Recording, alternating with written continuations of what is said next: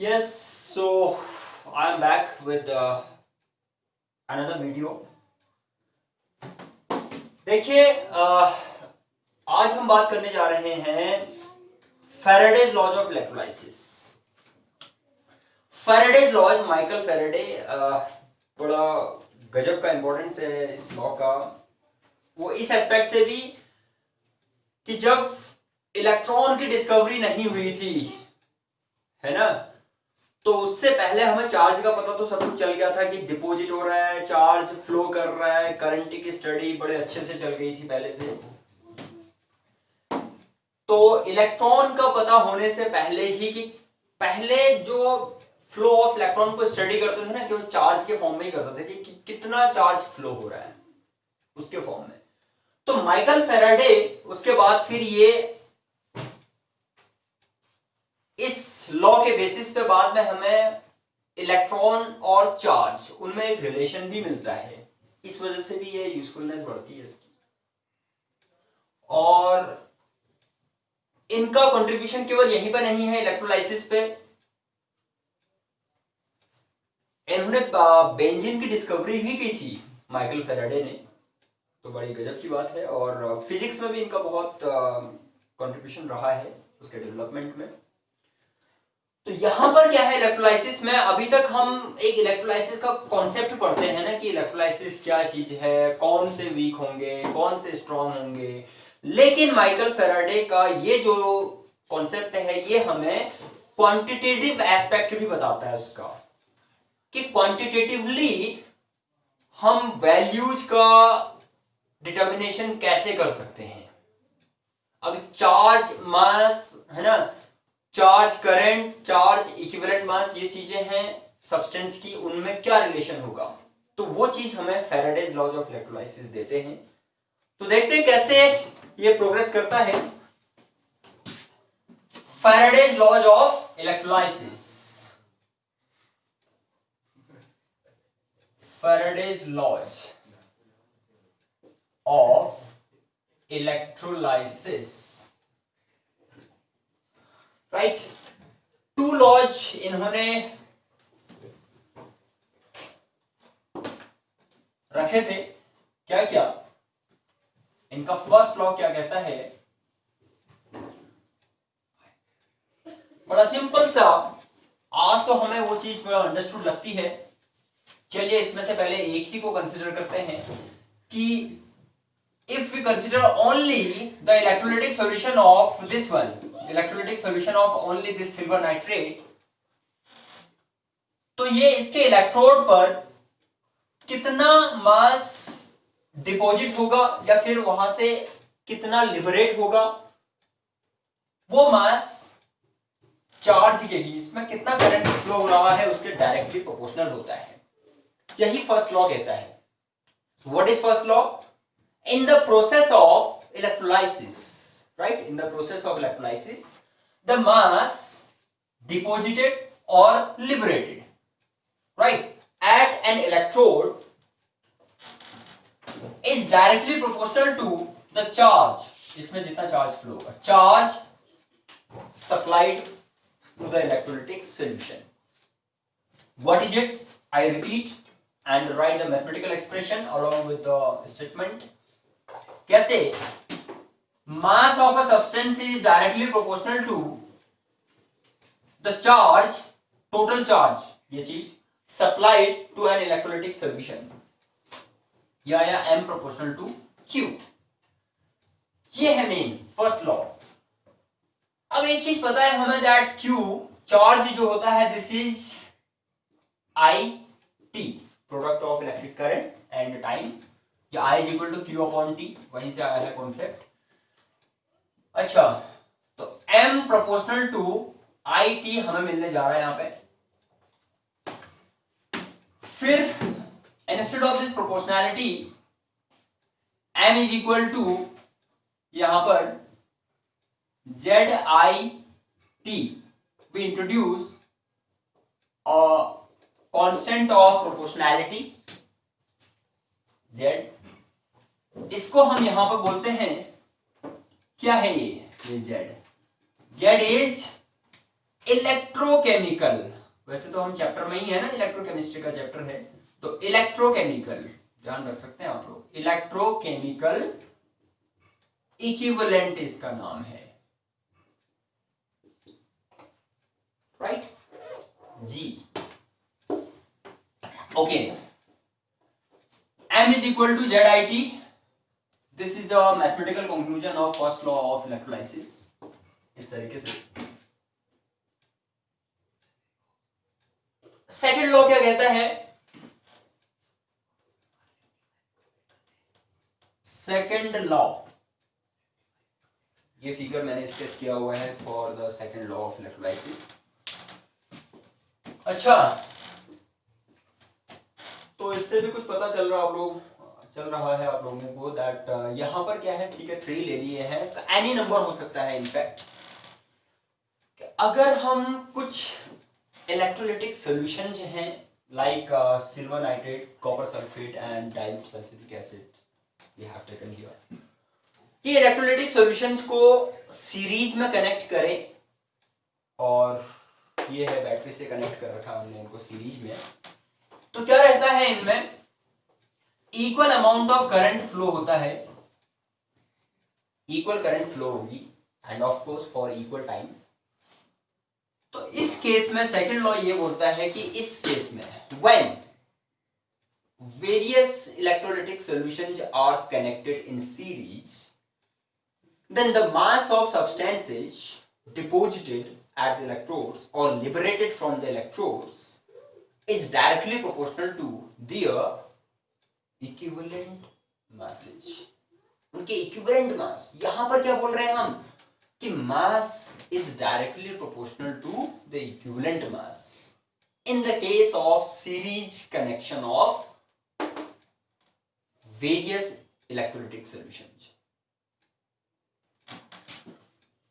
तो क्या रहेगा मैथमेटिकल एक्सप्रेशन इसका, जैसे अगर हम इसकी बात कर रहे हैं, ठीक है, सिल्वर एंड कॉपर की बात कर ली हमने, तो हम बोलेंगे कि mass of silver deposited at electrode, इसको हम M1 लिख लेते हैं, upon mass of copper deposited M1 upon M2 is equal to equivalent mass के directly proportional E1 upon E2, right. अब इसमें I सेम है, T सेम है, अगर हम इंडिविजुअल इलेक्ट्रोलाइटिक सॉल्यूशन को कंसीडर करते हैं तो what shall we write that M1 should be Z1IT, ठीक है ना। तो what can we write here, that is using the first law also, M1 is Z1IT upon Z2 IT cancel हो गए, so this will give you E1 upon E2 is equal to Z1 upon Z2, यही आपका second law है। और E proportional to Z हमको मिलता है, या फिर E is equal to FZ। हम लोग बहुत बार फैराडे लॉ ऑफ कांस्टेंट या फैराडेज कांस्टेंट इसका यूज करते हैं डिफरेंट वे में, ये नर्स इक्वेशन में भी इसका आता है और चार्ज के लिए भी करते हैं। ये है क्या, फैराडेज कांस्टेंट F, वो इंट्रोड्यूस कहां से होता है एक्चुअल में, ये आपका जो ये लॉज ऑफ इलेक्ट्रोलाइसिस है इसका सेकेंड लॉ में इंट्रोड्यूस, वहां से जनरेट होता है ये E is equal to FZ, वहां एक ये सेकेंड लॉ में प्रोपोर्शनैलिटी कांस्टेंट की तरह आता है, तभी हम कहते हैं कि F क्या है। F आप लोगों को याद हो तो F बताएंगे मुझे, where F is Faraday's constant, लेकिन क्या वैल्यू कैसे होती है इसकी, this is the total charge of 1 mole of electrons, ये चीज है ये एक्चुअल में 1 मोल इलेक्ट्रॉन्स का टोटल चार्ज। तो इसकी वैल्यू तो खैर आप लोगों को नोन होगी न्यूमेरिकल के साथ, 96,500 कूलम, यूनिट के साथ भी लिखते हैं हम इस चीज को कूलम पर मोल करके, तो इससे भी समझ में आ जाता है 1 मोल इलेक्ट्रॉन्स का टोटल चार्ज है।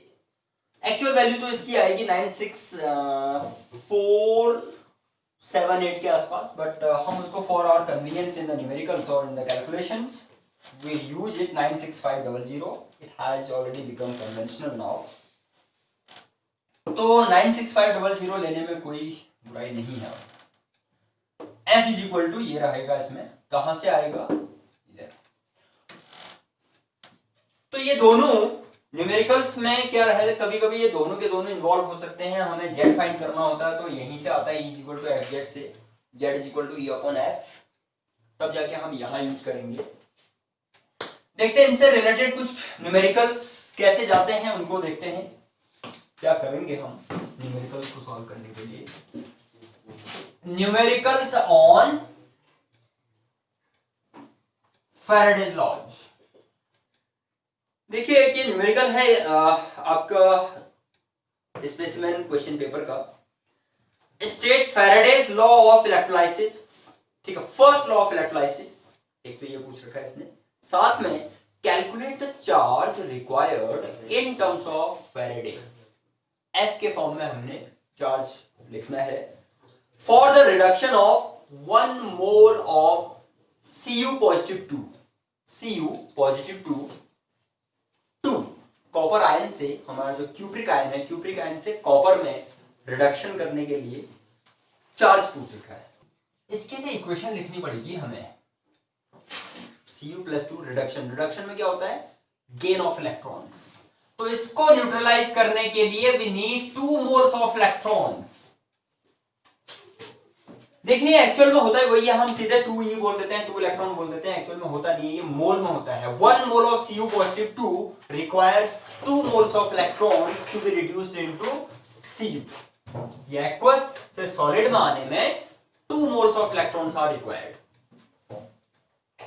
अब एक रिलेशन है हमारे पास,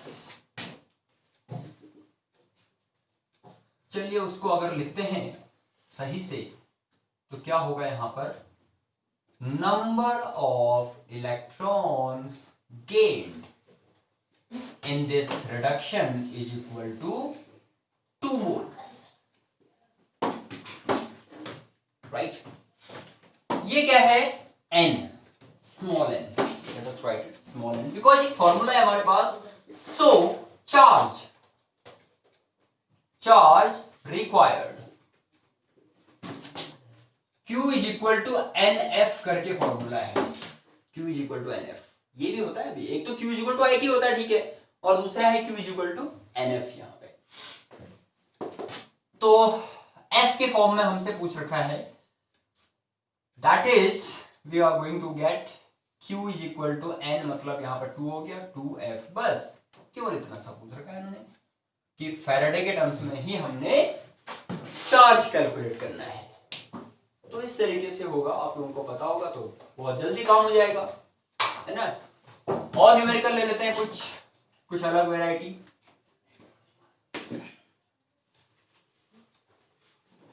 how many electrons flow through a metallic wire if a current of 0.5 ampere is passed for 2 hours. I repeat the question. How many electrons flow through a metallic wire if a current of 0.5 ampere is passed for 2 hours? Given, साथ में given भी है, ये तो board का question paper है, CBSE का question paper है ये, उसमें पूछ रखा है। फैराडे की वैल्यू गिवन है आप लोगों को 96500 कूलम पर मोल। चलिए सबसे पहले क्या क्या है इसमें उसको देखते हैं। What are we given under this numerical, given सबसे पहले तो current I is equal to 0.5 ampere, और T भी इसने हमें दे रखा है 2 आवर्स, तो इसको चेंज करना होगा सेकंड में, बिकॉज कैलकुलेशन जो होंगी अभी इसके अकॉर्डिंग एम्पियर, तो ये एमकेएस यूनिट है इसकी, एसआई यूनिट, तो टाइम भी हमारा ऐसा नहीं होना चाहिए, सेकंड में लिखना पड़ेगा हमें। ये नहीं कि हमने सीधे आवर का यूज कर दिया इधर, तो सब काम खराब हो जाएगा फिर। T is equal to F is known, all right, 96500 coulomb per mole. How many electrons means हमसे n पूछा हुआ है इधर, n is asked.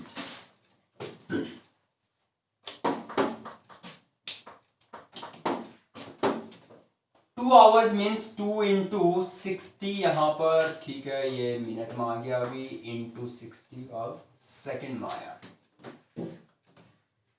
अच्छा, Q is equal to NF है हमारे पास,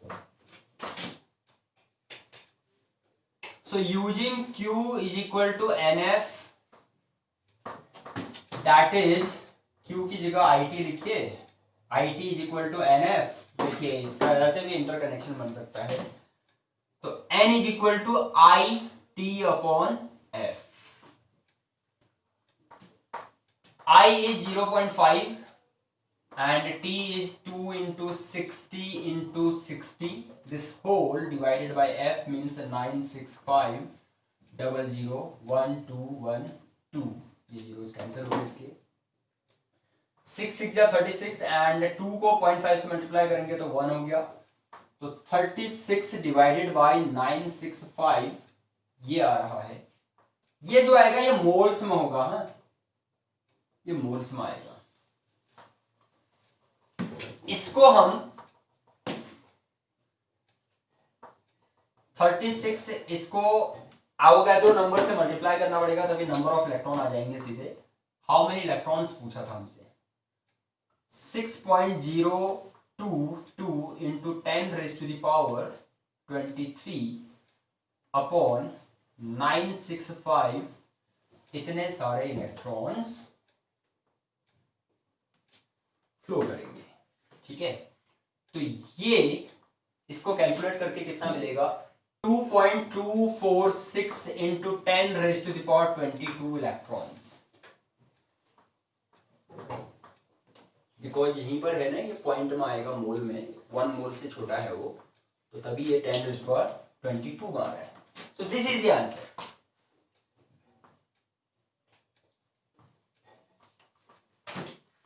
How many electrons पूछा था, तो हमें मोल्स में नहीं छोड़ना है उसको, इलेक्ट्रॉन्स को एवोगैड्रो नंबर का यूज करके फाइनली कैलकुलेट करना पड़ेगा इसको into the number of electrons. तो इस तरीके से न्यूमेरिकल होंगे किस पर, फैराडे लॉज ऑफ इलेक्ट्रोलाइसिस पे। एक और न्यूमेरिकल देखते हैं जिसमें कुछ ज्यादा काम हो।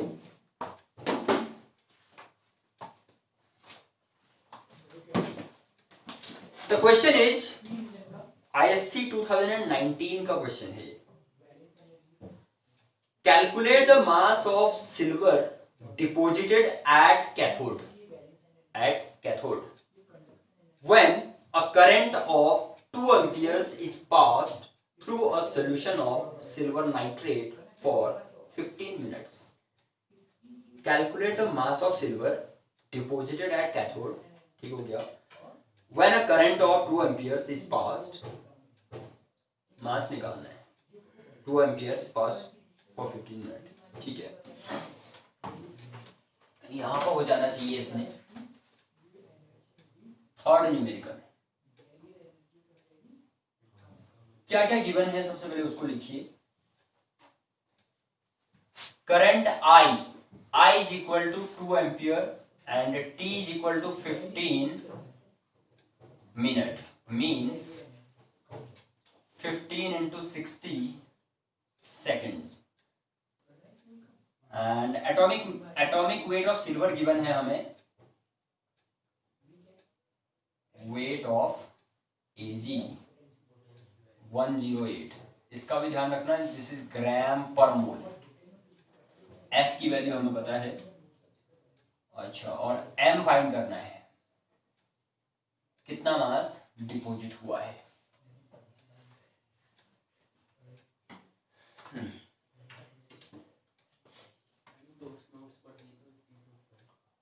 वेल हमारे पास है from first law of electrolysis M is equal to ZIT, capital small कुछ भी लिख सकते हैं, ऐसा कुछ नहीं है, लेकिन यहाँ कैपिटल लिख रखा है, कैपिटल ही रखो, ZIT। INT तो पता है, Z का मालूम नहीं है, कैसे फाइंड करेंगे, ये भी एक सही न्यूमेरिकल मिल गया आप लोगों को। How to calculate electrochemical equivalent, इसका well from E is equal to F Z, Z is equal to है हमारे पास E upon F, E is equivalent to weight, तो equivalent weight of silver find करना है हमने। ध्यान रहे इक्विवेलेंट वेट ऑफ सिल्वर या किसी मेटल का फाइंड करना हो हमें, इस केस में कंबाइंड जैसे इलेक्ट्रोलाइटिक केस में, तो वो होगा उसका atomic weight divided by oxidation state, कि उस इलेक्ट्रोलाइट में उसका ऑक्सीडेशन स्टेट कितना है। यहां ये AgNO3 है, सिल्वर नाइट्रेट की बात हो रही है न्यूमेरिकल में, तो AgNO3 में हमारा सिल्वर +1 स्टेट में है, ठीक है, तो एटॉमिक वेट हो गया 108 डिवाइडेड बाय 1, वो हो गया उसका E, तो 108 ही रहेगा अपॉन F 96500, ये Z की वैल्यू होगी। So M is equal to ZIT means 108 upon 96500 into I means 2 ampere है, एंड टाइम है 15 मिनट मीन्स 15 इंटू 60, ये चीज। तो इसका सिंप्लीफिकेशन करेंगे तो ये मिलेगा आपको 2.015 ग्राम, इतना सिल्वर का 2.015 ग्राम मास डिपॉजिट होगा कैथोड पर। इस तरीके से न्यूमेरिकल होंगे, ऐसे हमारा ये इन्वॉल्वमेंट कहां पर क्या करना है, आपको 3 टाइप के न्यूमेरिकल मिल गए यहाँ पे, कहीं पे चार्ज फाइंड करना है F के फॉर्म में, ऐसे और भी करने पड़ सकते हैं। इक्वेशन लिखना कंपलसरी है, आप लोग इक्वेशन देंगे तभी वो आप लोगों के लिए भी खैर इंफॉर्मेटिव होगा और एग्जामिनर के लिए भी, बोर्ड के लिए भी अच्छा। और दूसरा टाइप का है कि नंबर ऑफ इलेक्ट्रॉन्स फाइंड करने थे, ये भी आप लोगों को वैरायटी मिल गई। And in the third one हमने सबसे पहले Z फाइंड किया, उसके बाद मास फाइंड किया, ये भी। तो ऐसे हमें न्यूमेरिकल वर्कआउट करने होंगे on Faraday's laws of electrolysis. तो खूब प्रैक्टिस करेंगे, और भी न्यूमेरिकल्स की प्रैक्टिस कीजिएगा आप लोग इनके बेसिस पे।